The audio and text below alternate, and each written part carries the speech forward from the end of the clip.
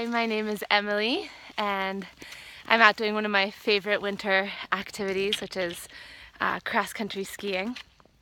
And I'm super excited to talk a little bit about why I would love to join the Trail Mavens crew. But first, a little bit about me. So I'm about to turn 32 tomorrow.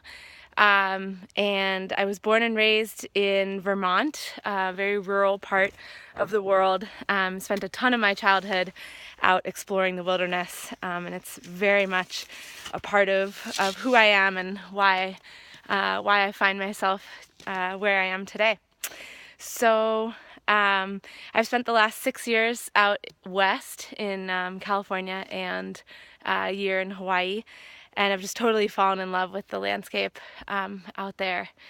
So really the most exciting thing when I think about doing Trail Mavens trips is just the amazing people that it would bring together and the amazing places that we would go.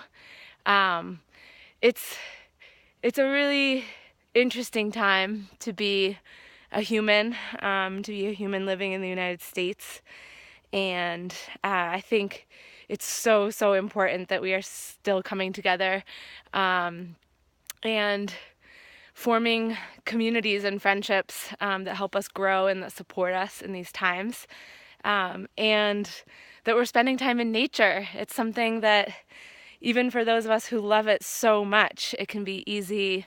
It can be easy to get pulled into other things or a way of life that is far too disconnected.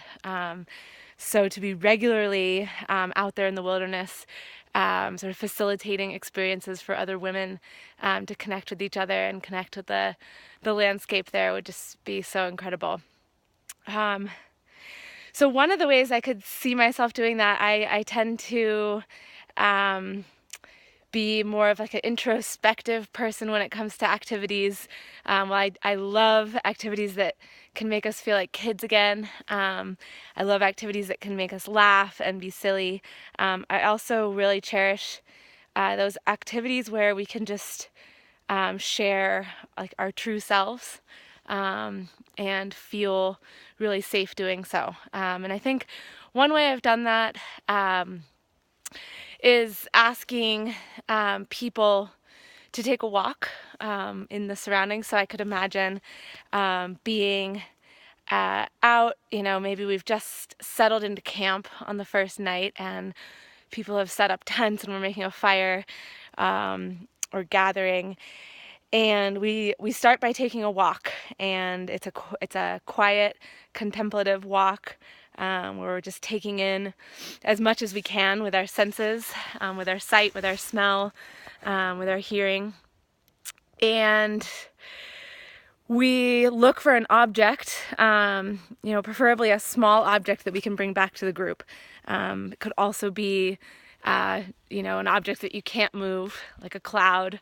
Or a tree or a rock that's too big, but you bring it back to the circle, and we go around the circle and we share how do we see ourselves mirrored in that object, or in that in that thing that we chose.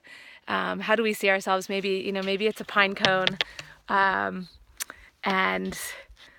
and we're feeling ready to open.